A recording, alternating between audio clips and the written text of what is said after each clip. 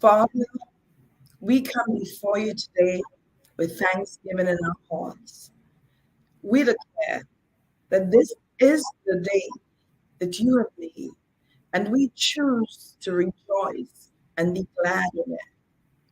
Father, you asked Moses, what is it you have in your hand?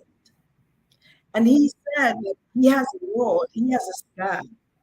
Father, you were able to use it to glorify your name. Lord, today we present all of our talents, all of our experiences, all of our mistakes. We present it to you today. It is what we have in our hand. And we pray that you may use it for your glory. We bring every person within the sound of our voice. We pray, Lord, that you will touch them. You will deliver them. You will transform them. You will inspire them and use them for such a time as this.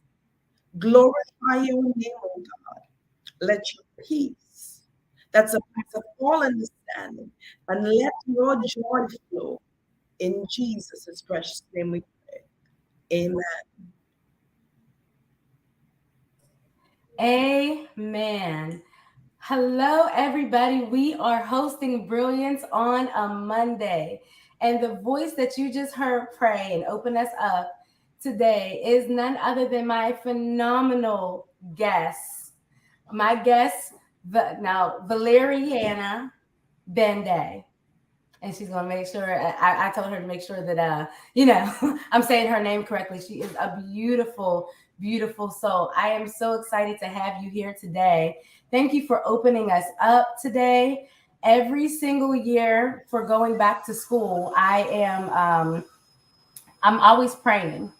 We're Yeah. always praying. I do a back to school prayer, so it's so fitting that today that you would open us up in prayer. Many people have gone back to school for the first time today. Some people are anticipating it, but prayer must be first. Prayer must be first. So I'm excited to have you here today. Say hello to the people. Hi, everyone. Thanks for the honor. And just piggyback on what you just said, nothing happens except we pray. So prayer is the foundation. Yes, it is. So we're going to talk today a little bit about the art of storytelling, and we want to think about the lessons beyond the classroom. And we have Val has so many stories, and she is a master storyteller. I'm so happy that you're here today because when we think about educating, we also go beyond just a curriculum, just a language arts. All those things are great, but we want to make sure that we're reaching into the future of our students. We want to make sure we're not just doing it for a minute, but make sure it's done for a lifetime. And so, Val, I always use this definition. What do you think about how we educate in this way? I love this because as I read the quote, when we think of children, children come with their entire self. So you're not indicating parts of a child. It cannot be compartmentalized, which very often that's what we do. But we're called to educate the entire child. Every experience of a child, their culture, their identity, their language, it is incumbent upon us to celebrate it as we teach, as we instruct. And we're building them, helping to develop them, and helping to prepare them for the future. So the kind of future we want is what we want to put into a child.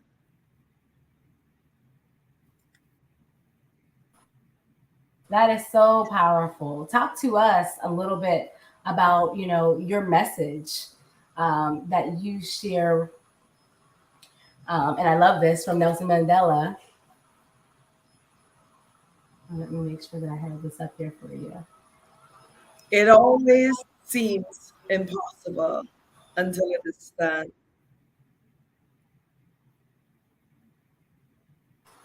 The thing about this, I wanted to start with this because as we go into the school year, we talked a little bit about educating and how we must do it with excellence. We have to really consider our students, our children, and their lives. and it does sometimes seem impossible. We are in the midst of a world where we don't know what's going to happen next from time to time. And I'd like to hear about your journey and how you started to educate. Where did this come in for you? Well, I'm from the Caribbean. I'm from a tiny island known as St. Lucia. And at the time when I was growing up, we only had a few traditional jobs. So when you talked about a career, we were talking about lawyer, doctor, teacher, police officer. So I got into teaching because it was one of the professions that existed at the time. And I remember the teacher said to me, be careful because you might get stuck. I love to personify education as a man who wooed me all my life. I fell in love with him and I've stayed. I taught for 18 years in high school in the Caribbean, in St. Lucia. I taught language arts, literature, and geography. And 18 years after, I met a gentleman who lived in the US, who proposed, and I moved to America where we got married. And I first got involved in education in America as a teacher assistant, a bilingual teaching assistant, because in St. Lucia we speak two languages. We speak English as our first language, but we also speak a French patois.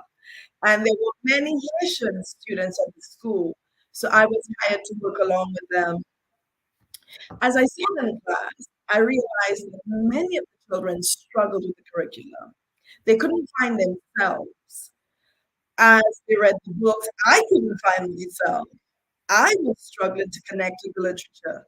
So I decided that I wanted to do my master's in TESOL, which is teaching English to speakers of other languages.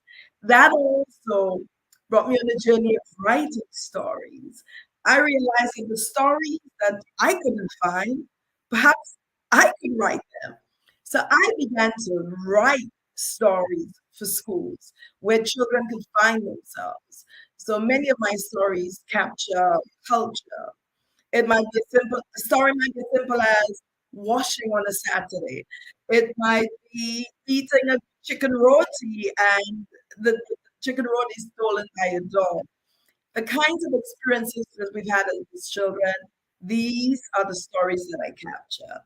So that was how I ended up in education in America. Wow. Oh my goodness. I love how you even shared, you were trying to find, you couldn't connect and find No. even yourself. Like, how could the students relate? And you even couldn't relate. What are some things that you did to overcome that and kind of like stand out and say, wait a minute, because I love the quote that you said. It seems impossible, but you made it possible. What are Yes. some things that you did? I believe in integrating the arts in education. Yes. Yes. Yes. I think learning sticks when you add the arts, when it's more experiential learning. So, for example, I love to do Black History productions during Black History. I would create a living museum where the student would be Rosa Parks. So when you touch her, and of course, we'd have her all dressed up looking like Rosa. We'd Yes. create the bus, and she's sitting and she's reading the newspaper. When you touch her, she talks about herself as Rosa Parks. We'd Mm-hmm. have a little student dressed up as MLK and a number of different characters. We'd create also an African market. And as you walk through, you will see authentic foods that we use in the Caribbean, we use here in America, even the Hispanic community use it. And you ask the children questions. We also had a number of plays. We used the walls to capture like hair braiding, fabric from Africa. And of course, we had students in charge of these areas. So the children were able to speak on Mm, their area. And these are the experiences that students remember. They yeah. might not remember a lesson that you taught in mathematics or even in language arts. But they will remember what you teach them when you use more creative, artistic ways. So that was one of the ways in which I tried to deal with our inability to connect with some of what's in the curriculum. Wow, I love that. I'm like, I get chills because I don't see a lot of people who do that. Some people do it, but when I It's a hear, lot of work, though. It's a yeah, lot. yeah, I mean, and it takes some preparation, Yes. and it really takes some research and making sure that you can integrate that. So, but that's when you say that, and I'm meeting you the first time, and I love this because this is exactly what some of the things I used to do in my classroom too. Even with the most disconnected students, Oh, I see yeah. them come alive, Yes. right? I remember what a vice principal said to me one day because a lot of these students were the ones who volunteered. Mm, And they saw them perform and memorize poetry. And they said, and that specific vice principal said, "Well, I didn't know these students could do that." mm, But they found something they could connect to. And they saw excellence. And mm. children connect to excellence. No Yes, one wants to be part of a sinking ship. come on. So when they could see that what you're asking them to do is going to elevate them to a whole other level, they will do it and they will rise to the occasion. Mm. Mm, I love that. It really does bring the curriculum alive. It helps you even thinking about history. It's sticking with them. I love using the arts in education. And my question though, how do we use? And this is our series we've been doing about families and community. How do we use families? How can families use storytelling at home to educate their students and their children beyond just the academics? And how can they incorporate storytelling, um, with their children? The irony is, many of our children are already being educated at home with storytelling. Yeah, We're storytellers. yes, If we. you're from the island, your first introduction to literacy is through storytelling. We didn't have all of the books that we have in America. So your parents told you stories, told you urban legends, stories that you'd be so terrified to go to bed at night, you'd be begging your sister to come sleep next to you so that you could feel their foot for you to fall asleep. We grew up in a culture of storytelling. So the irony is our students are coming from a storytelling culture. And Yeah. when they get to school, is absent. And that is where the disconnect lies. They're getting it at home. They're learning the history, their language, their culture through the art of storytelling. Abuela, the griots, we, or our parents, we're sharing the stories. But when they get to school, there isn't much storytelling. And storytelling is different from a read aloud. It's Mm, completely different. It's more interactive. It's mm, not a teacher reading a story to a child. It's the contact, visual contact. It's connecting with the audience. It's interactive. So you gesticulate and you modulate in your voice. You're performing a story and capturing the imagination and the attention of the child. So they're getting it at home. They just don't always get it at school. mm. That's real. That's so true. I love this. I love how you describe the art of storytelling and the difference. Say more about the difference between a read aloud and storytelling. Because part of storytelling, you want to connect with the audience. When Mhm. you're reading and a read aloud, your eyes are down and you're focusing on maybe the goal of the lesson, you're focusing on maybe the vocabulary words, the questions you like to ask. But with storytelling, the stories come from the heart. And sometimes, if you want to make one up, you memorize it so Mm. that when you go to perform, you have this visual connection with your students. You watch their body language and you're able to monitor and change and add. And it's more flexible. The read aloud, you read in the book and you go in according to what the book says. But storytelling, it comes from your heart. And you can make it up while you go along as well. Once you have an idea of the message, that you like to get to the students. So it's very different. It's not the same.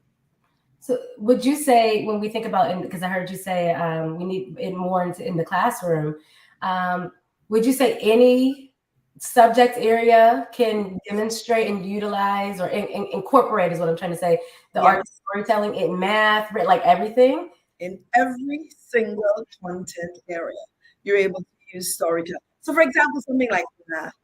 I I always say to students that I was good at math until I noticed the alphabet in mathematics. Once I began to see A plus B equals, as far as I'm concerned, A plus B equals ab. A, I just couldn't get it. So when you are transparent with your students and you're able to talk about maybe going to a store and not able to understand as a child how to give change, that immediately, if you're doing a lesson on money, it helps the child to recognize the relevance, Mm. why they should understand the concept of money. So you use those kinds of stories. Some of them might be made up, some of them might be real. I remember one of my past students said that he had started a lawn mowing business, but he wasn't very good at math. And he said one day he went to this more affluent neighborhood and they gave him the drawings, the plan of the land, the property. And they wanted him now to calculate the square footage and its price. And he said he couldn't do it. And immediately he began to think of all those math lessons on area, perimeter, and he understood why he had to learn it, but he never did. So even stories like these help students understand why they need to understand the concept. So you could use storytelling in any content area from kindergarten right up to college. It's one way to grab the attention of your learners and how to make the learning more authentic, how to connect children to what you're trying to teach. I absolutely love that.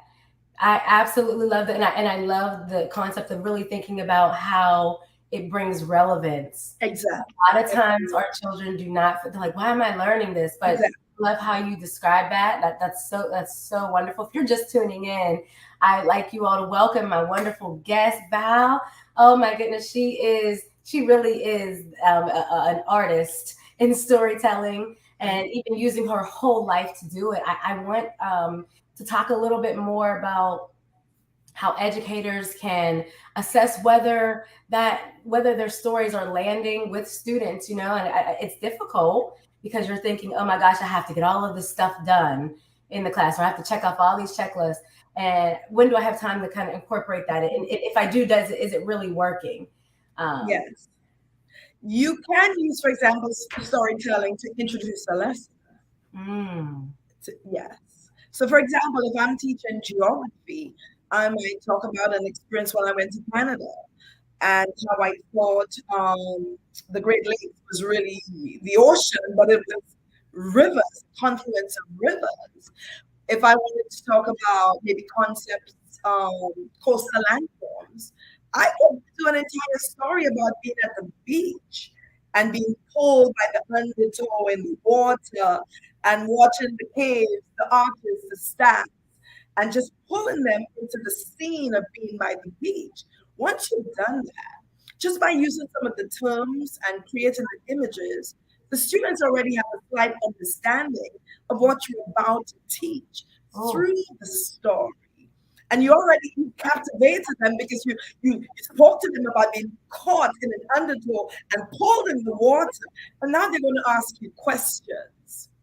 And it creates a great opportunity to explain what an undertow is, what is the swash, what is the backwash, how the landforms are created.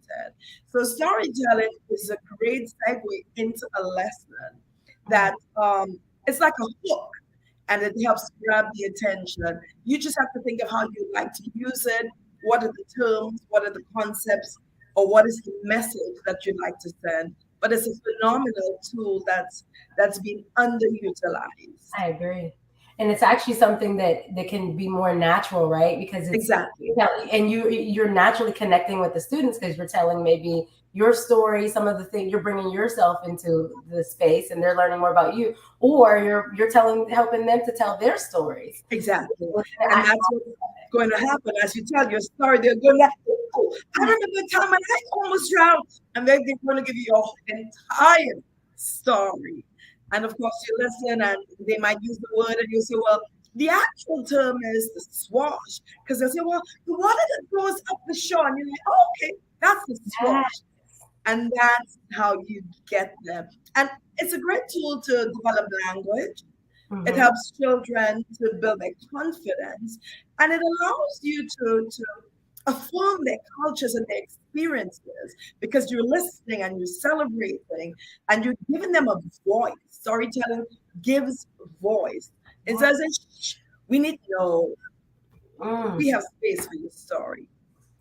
I love it. Even as you're telling the story about how, telling us how to tell stories, I love how you're coming to life, even in your facial expressions, like all of that. That you're right, like the engagement piece, and you're hooking them. Yeah, Sometimes we call that, we can call that anticipatory set. That's a good way to yes, bring them in.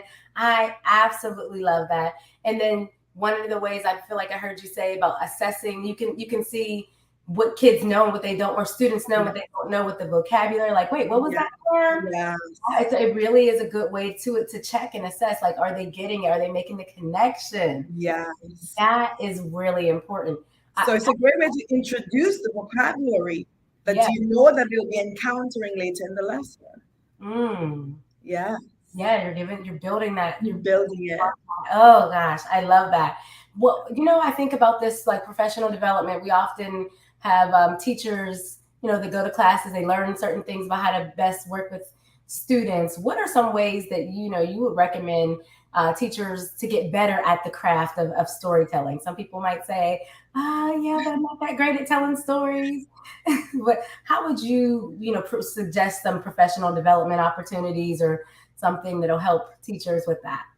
Well, you first have to be vulnerable if you want to be a storyteller. You Hmm. have to feel comfortable sharing yourself, sharing your experiences, your life, sharing small moments. And you practice. You practice the delivery. A story could be 1 minute long, it could be a minute and a half long. You start small, nothing just happens. You, I mean, as a child, I used to stand in front of a mirror and practice my pronunciation of words. Uh-huh. So even as a teacher, you want to try storytelling. You think of when you'd like to use it, for what content area, your audience, what is the message you'd like to send, and practice. Mm, Keep mm. practicing. Stand in front of the mirror. We have social media. You have your camera, your video. You practice. Practice your stories and share them. But it takes a level of, you have to be vulnerable. It requires vulnerability and transparency. I love that. I love the fact that it's just you keep practicing it. But like when we plan our lessons, it's great to have a lesson. We always have a lesson, and as educators, things don't always go according to plan. But one thing you can control, I think, could be you have a story, you're going to tell it.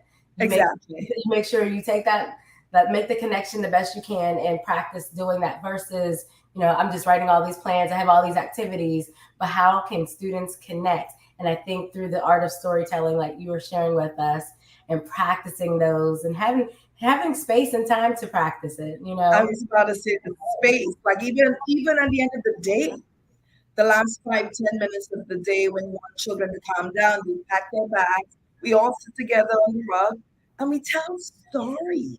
We Mm, cuddle together and we tell stories. mm, And that's how you end the day. Your children are calm and they're sharing stories. mm.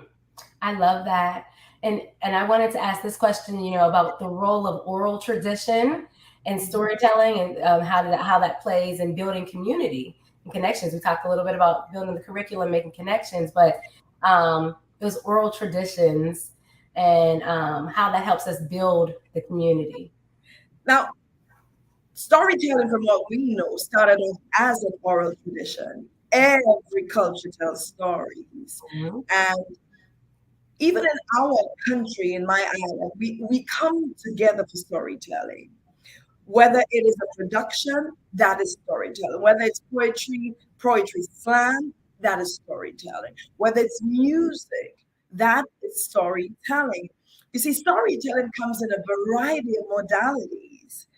A dance production is the community coming together to listen to a story.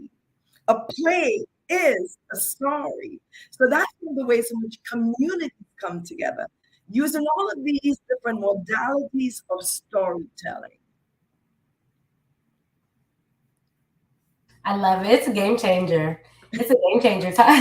So I love the mission that you're on. It goes back to, first of all, I already shared your message, and I'm excited about your message. It seems impossible until, until it's not like Until it's done. Yeah. until it's done. And so, um, I know that there's a lot of challenges that we are facing in our education system Yeah. around the world, but that beautiful connection of of telling stories, I Yeah. really do believe you're right. Like that's it's not impossible when we can really connect with one another and then feel seen. Our children feel seen and heard, Yes. and they feel like they belong. I love the idea of you saying, let's at the end of the day, let's calm down. At the end of the day could be crazy. 'Cause Exactly. And all of our students are strong writers, yeah. But storytelling gives them a chance to speak. It gives them the chance to share elements of narrative writing, the character, the setting, the plot. They might not be able to develop it yet in writing, but because they become strong storytellers, Mm, you can look forward to the day when they could actually put it on paper. So it mm. really helps them practice the elements of narrative writing as well. Let's delve into that about let's delve into writing and your passion for writing as a writing coach and how give us some tips and some or even just talk to us a little bit about the power of I love writing, yeah. period. Um, and I think I developed the love for it when I taught my high school students in the islands. So Mm, I would always model stories, and they would ask me, "But how do you do that?" And I would always say, "But don't all your teachers do that?" And they would tell me, "No." And that was how I realized, okay, well, maybe what I'm doing, not everyone does that. I believe in chunking writing instruction. Whenever we go to a flower making workshop or maybe a painting workshop, no one sends us to paint. We always have an example of what the cake will look like or what the drawing should look like. mm-hmm. But somehow in writing, we don't always provide that model for children. So we send our children to write, but there's no model. Mm, Whenever we're taking a painting class, our instructor takes us through step by step, a mm, tiny chunk at a time. But we don't do that with writing. When I teach writing, I do it as if I'm creating a dress. Now, I used to make dresses with my younger years, and you don't just cut a dress and put it together. You have the pieces, you have the sleeve, you have the bodice, you have the skirt, and you put it together. So I teach students how to build maybe a story. So you might start with a character, and you want your character to be as authentic as possible. So I always want my students to ensure that the characters can move, the character can speak, the character is dressed. And then I'll teach them how to develop a setting. Then we talk about plot, varieties of plots, creative endings for plots. And eventually, we begin to put the pieces together. But I never send students to just write a narrative. We learn how to build it. I teach them that your pen is a camera. You are a producer of a story. You may not have a camera, but your pen is. And it is imperative that you capture the images that your reader can connect with. Your reader is not in your mind. They can only know what you told them. So it takes a while to develop that art of writing. But one of the things that I've realized, if you put in the time, the quality of writing that you get is phenomenal. Mm. It might take 2 weeks to build it, but once you've done one, they're able to do it from then on. And I also believe in the development of vocabulary. So any writing that my students do, we think about the words that they're going to need. So if our story is set in summer, what are the words that we're going to need to write a story set in summer? Perhaps we might need words like sweltering, humid, ambience, the air, seagulls, the wave crest, aqua. What are the words that we need? And once we created this thematic bank of words, now we can start thinking of writing. Sometimes I provide sentence starters just in case for those who might need it. Here are some phrases you might use. Here are some examples of metaphors, ideas for personification. And that's how I do writing. It takes a while. We chunk it, but the quality that you get is unbelievable. I will never give it up. So we go deep to go wide. And I say to teachers that we teach reading, and that's good. But it means our children are spending a lot of time reading the work of others. How about helping them to create their own work? If we teach them how to integrate flashbacks, then they can recognize a flashback in somebody else's work. So I believe that if you build writers, you can make better, stronger, more critical, analytical readers. So that's my approach. Build writers to create readers. We believe in building readers to create writers. But I see I see quite the opposite way. I'm sorry. That's the way I see it, my philosophy. Build writers to create more analytical, critical readers. Mm. Ooh, you said so many powerful things. I hope you all are taking notes. Because Valeriana, you are truly, truly an artist in this work. And to even hear your perspective, even from being from another like we're from two different parts of the world, right? Yeah. But we had the same worry and wonder, like, can our children be writers? And Yeah. how can they read and all that? But the way you just broke that thing down, honey. Listen. Like, I love the way that you use the taking like a seamstress or oh, Yes. I'm not even gonna try to go back and say it all again. Y'all go ahead and go back on this replay and watch it again. This is so important. I hear a lot of my teachers that I coach say to me often, oh gosh, these kids cannot write, especially in the day and time that we live in. Everybody's on computers, it's digital. This is so refreshing. All of these tips and strategies to build these writers so you can Yeah. have more analytical readers. Yeah. By putting flashback, like, guys, you need to It's write. putting flesh on the bone. Yeah. Yes, I mean, even how you were explaining, like the to go what was it, why to go, oh gosh, I'm trying You go deep to go wide. deep to go wide. Thank you. Yes. So deep to go wide. And I love how you just chunking those pieces. Yes. Wow, you said so many things that I believe that our teachers need to hear. So if you're watching this and you have been in a space where you're like, I don't know how I'm going to teach students who have been falling behind. I don't know how I'm going to teach them, like, writing. We have to write full pieces. So we cannot neglect writing, like the art of writing. And that's exactly what I call it. It is an art. Mm, So you have to teach it as art. right. It integrates color. But how does it capture the color? It's through the words. It integrates images, just like an artist. But how? Through the words. Mm. And we have to teach it. But we need to inspire our teachers, because when I would give writing workshops, teachers would always tell me, listen, Val, I know how to write, but no one ever taught me how to teach writing. That's right. And that is the cry of many teachers. And Mm. it's not that hard. If you do it slowly, slow but steady. Yes. Once you do it like that, there's a rhythm in writing.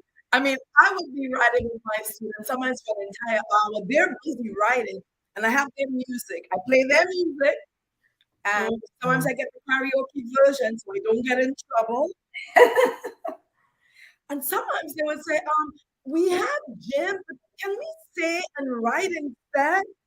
Or we have computer, but can we stay and write? I mean, you've won their hearts when they're Yeah. ready to give up gym or computer class to write. But it's Mm. because they got the rhythm. And it's always a place of fun because their music is playing softly and they Mm. could sit with their friends and just write. And I Yeah. would always use editors in Mm-hmm. my groups. I would choose the students who were stronger writers. And I would have about 4 or 5 of them. And if they edited a story, they had to sign. So I knew who my editors were, and they would sign so I knew which book or which story they edited. And when I meet into conference with the student, I would have the editor come and sit in the discussion and Mm. ask, so why did you give that score? Why did you critique that? And that way you listen to their thinking. And it also allowed them to get involved in the conferencing. And I found that my editors used to score harder than I did. They were more critical in their scoring than I was. But it was always beautiful to have their thinking behind the scoring. So Mm. I used editors, and sometimes children would come to me, Miss Bandeh, what do I have to do to become an editor? So they began to covet the job of being an editor in the classroom. Yes. So yeah, so we have fun when it comes to writing. It's not a chore, it's a time where your imagination just explodes. Mm. Yeah. I love it. And when we put it all together, we started talking this whole time around like the art of storytelling. Whenever you're talking now more specifically about writing, it makes me think about how all that connects. So the Yes. more you're telling stories, you're actually pointing out what good writers do within that. Like whenever you're teaching writing, because I mean, honestly, if you're opening up your lesson with a story, that's like the kids are constantly hearing certain ways in which you might point out later to write. I Yes. love The how modeling. Yes. and of the storytelling and writing, as a teacher learning to do that, and then a teacher teaching the writing and analyzing reading. So, Yes. give us some like key pointers that we can kind of connect all of that as we're planning our lessons. Well, one of the things that we should not feel intimidated about teaching writing. I find students are very forgiving. Our children are very forgiving. So once we're honest, our children, they are very forgiving. With writing, when you're teaching writing, I think it's important to think of topics that children can connect with, that children can actually write on.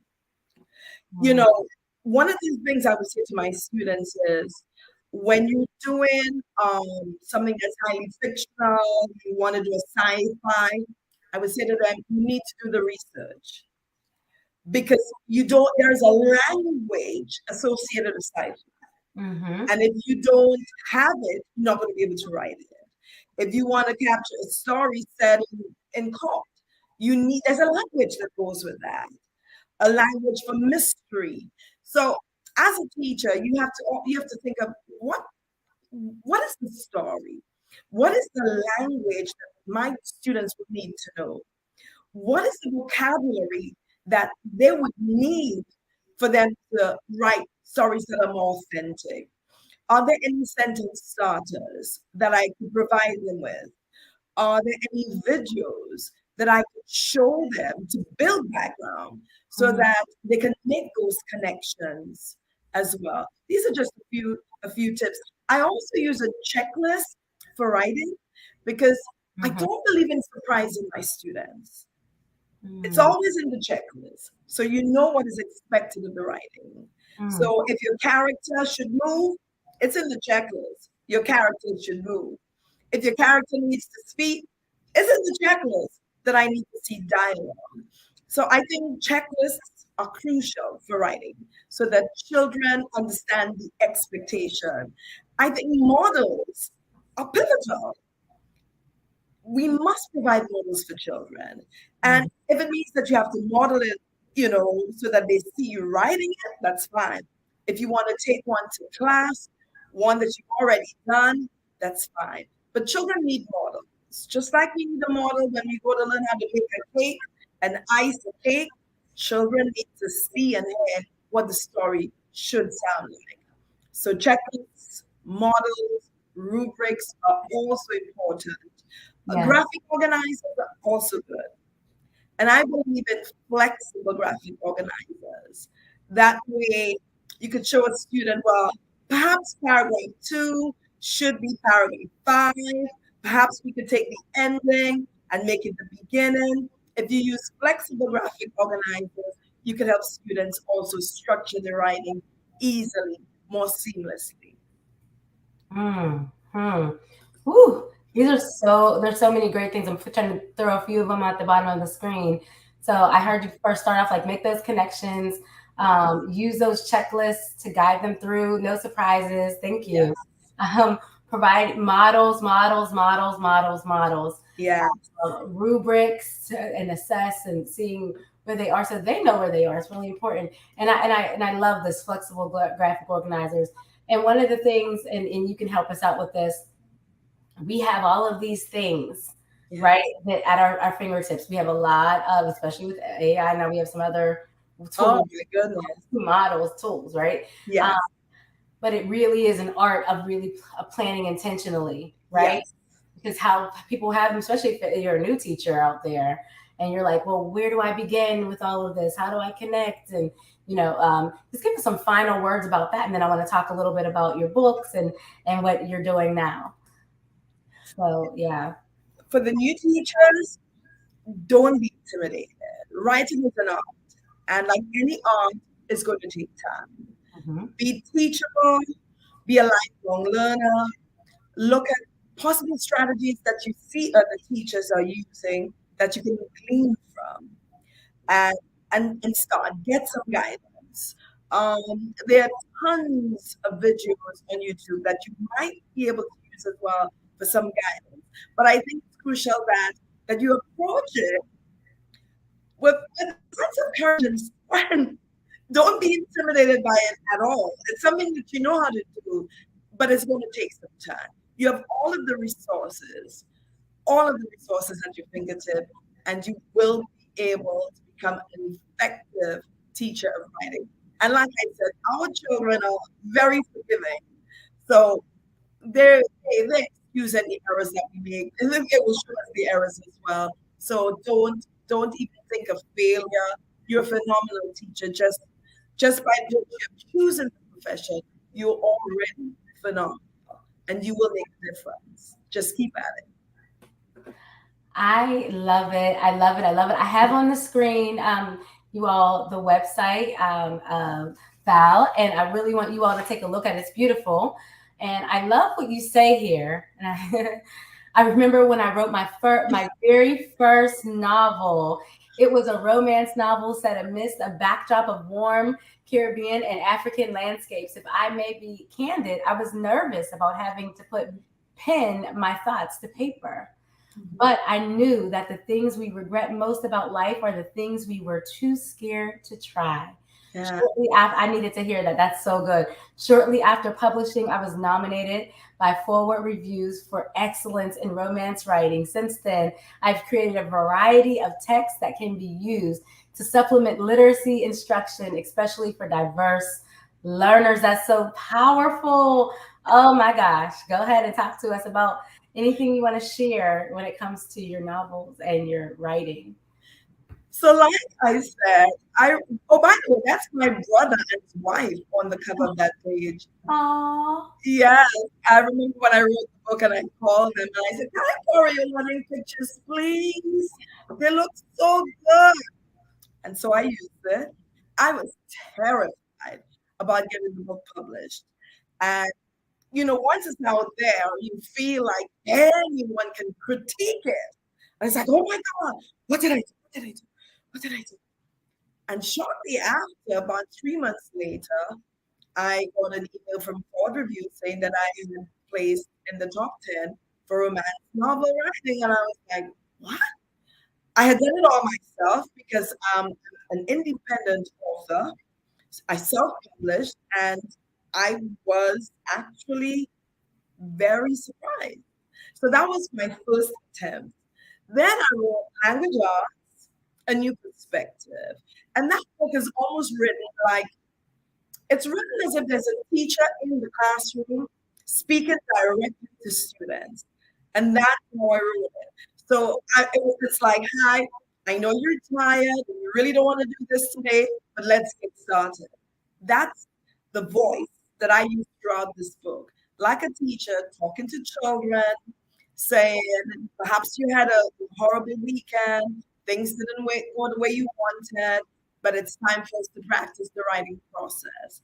And I would use stories throughout. In Whispers is filled with multicultural short stories. But then I did different because there was a school that used Whispers in St. Lucia. And the head of department asked me, she said, Val, can you create a book that has practice exercises? I love Whispers, but they're only stories. I'm like, oh my God. So then I created different, same genre, multicultural short stories. But this time, each story shows an element of writing. So, for example, maybe there's a story that's filled with metaphors and personification. So, that is a model.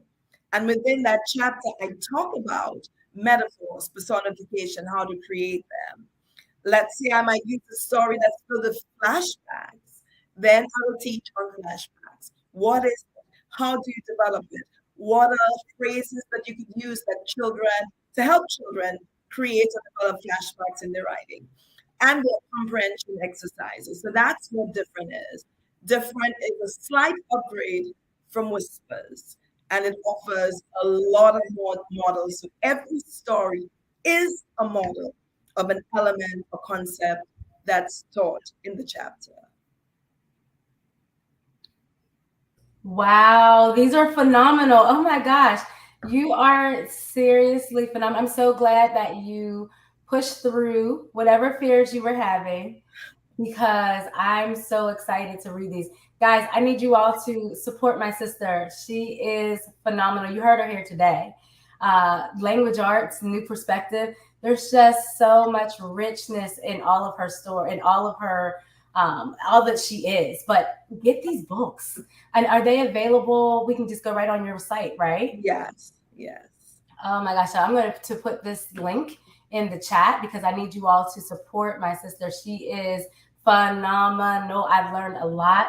I love it whenever I see people just like pushing through in their passion to make a difference in this world. And I especially like the one that says different. I like them all. I like this. I'm so excited to read these. I'm super excited. Short stories for middle school. And I want to say something near, I always say this, middle school is near and dear to my heart. High school, I like high school. I mean, I'm not a high school person, but honestly, I think this is what we need. I mean, a lot of times people shy away from the students when they're going through those years of change. And so I'm really excited about reading for middle school, high school students and English learners. Like, this is so powerful. Wow. And more wow. Guys, I need you all to support. Either write something worth reading or do something worth writing. I love that too. So you have been just a breath of amazing fresh air as we start the new school year off today. I love your mission, so I'm going to add that to the stream. Tell us about your mission, what you're doing, and if there's anything else that we can gain from you, and if how people can get a hold of you. When I first started storytelling on Facebook, I did that reluctantly. I was like, oh my God. My friends would tell me, why don't you do your stories on Facebook? People are putting all kinds of stuff. We cannot learn anything from it. I mean, why don't you put that? I started doing it reluctantly. The Mhm. first one I did was a story about my dad and toothache that daddy had. And daddy used to have a toothache. Every evening the tooth would hurt. He would tie his face in white, and we'd giggle, of course, as children. Now, one day my mom said, listen, you have to extract the tooth. So daddy went, he extracted the tooth. The same night, we thought everything was okay. Daddy wrapped his face again, and he was in pain. And we said, but what is wrong? And he said, I think I extracted the wrong tooth. Oh. So that was the first story that I did. And over 2,000 people listened to that story. So I was like, oh my God. Okay, let me go ahead and start doing storytelling. So I do stories for my book, but I also just do stories for my experiences. I'm from a family of 10, and I'm the eighth child. So I have lots of stories and Mhm. stories of my siblings, my parents, and these are some that I do share. I am an administrator in the church, so I had actually a pretty busy weekend because my pastor was away. So I had to preach on Friday and Sunday. So that was a bit of a challenge, but I believe in chasing the call. Um, God has called us, and He expects us to say yes or no. I want to be the one that say yes, Lord, I will go, and that's what I do. Um, I'm not as courageous as I may sound. Sometimes I'm terrified, but like I said, the things we regret most are the things that we didn't try. So I would rather try and know that I missed it than to not try at all. So I continue to try, and I believe that a righteous man will fall 7 times, but he could get up every single time. So that is my faith that if I mess up, God will give me the grace and I'll get up again. So Mhm. that's who I am. Wow, I love it, and I love it. I love your even I'm like, I gotta listen to this story. Like, you brought me. I'm like, wait, what? He's trying doing things. I love the song that you says that is driving you in this season. And you just Yes. talked about the lyrics a little bit right there. Yeah. You made our way. Don't know how, but you You did. made it. You Yeah. made it. Yeah. When my back was against the wall, and And this it looked as if it was so over. you You made a way. Yes. So yeah. I'm standing here only Only because, because you made a way. yes. I I love love it. it. You move mountains. Yes. Yeah. And this school year, I believe that if we trust God to give us the confidence that it's already inside of us to do the work that we need to do to tell our stories, to tell the stories of others, to make sure our children are heard and seen. Yeah. He will make a way through this whole school year. No challenges are too great. Yeah. No mountains are too big. There will be challenges, there will be mountains, but I believe that my guest shared today such with such heart, such passion, such authenticity, such beauty. I love your smile. Like it, guys, it is contagious, and I'm hoping Thank that you. you know that you can help the writers and readers. You can make sure that they are connected to the work. It's possible. It Yeah. is possible. And all these notes, all these nuggets, we thank you so much. We thank you so very much for being here. We're going to add you to our wall of hosting Brilliance. You will be on there next week when we put up there. We are so excited about your presence here today. I Thank didn't you. play in the beginning. I didn't play in the beginning, but we do have a summit this week. And so I'm super excited about that. And I'd love to even feature some of the tips that Valeriana Bandeh has shared with us today because they are rich, Thank rich, you. rich. And so, guys, come on a Wednesday, Thursday, and Friday. We will be um, we will be having the summit. But you see the items that are up on the screen. You see the books, the website. I need you all to go there and know that you can reach out to Val. Val, we can reach out to you on Facebook, or how would we reach out? Yeah, I'm not sure if I gave my email as well, but valbandeh@gmail.com. If you really need to get in touch with me, you could do that as well. You could message me on Facebook as well. Mm-hmm. Yes. Okay. Well, we have it up on the screen, and we're excited. Do you have any closing words for everyone? Well, with just the song, he made a way. Sometimes we're trying to make the way, but the thing is, he's the one who makes the way.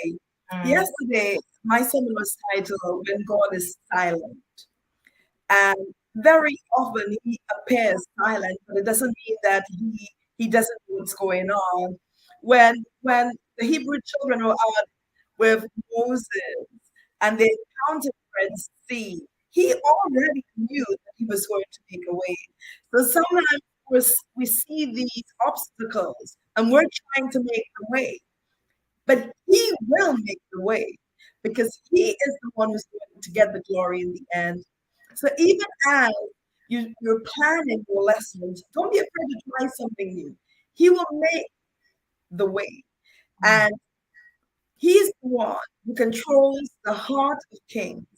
He knows how to touch the hearts of his students and the heart of of the parents. So don't be afraid to try something new.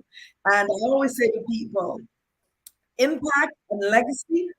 We all know people who are very wealthy who haven't touched the life of anyone. We need to start thinking of legacy, influence, mm. impact. And if you're an educator, it's a great, great opportunity to change lives, change a child, change a mind, change a nation, one child at a time.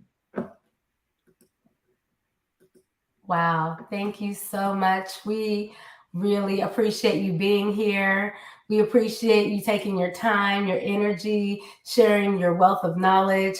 And on that note, I don't have much more to say because you said it. So thank you guys. We appreciate you tuning in. Please share this out.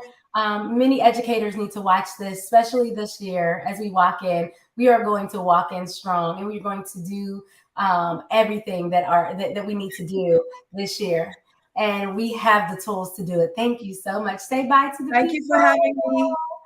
Absolutely, absolutely, guys. Don't forget we have some things coming up. I appreciate you all tuning in with my guest.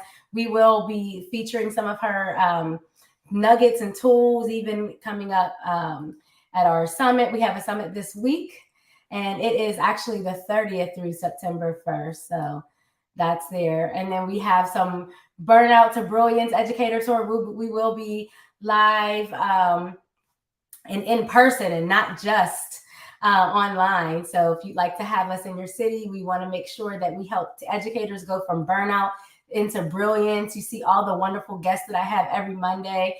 We want to make sure that you are equipped to have a wonderful school year. We also have a book coming out this fall, so you can pre-order your book. So you just go to everybodyeducate.com. We are so excited about all the things that are coming as we end this year. And again, thanks again. We will see you back here for another episode next week of hosting Brilliance. Bye. Say bye to the people. Bye. Bye. All right.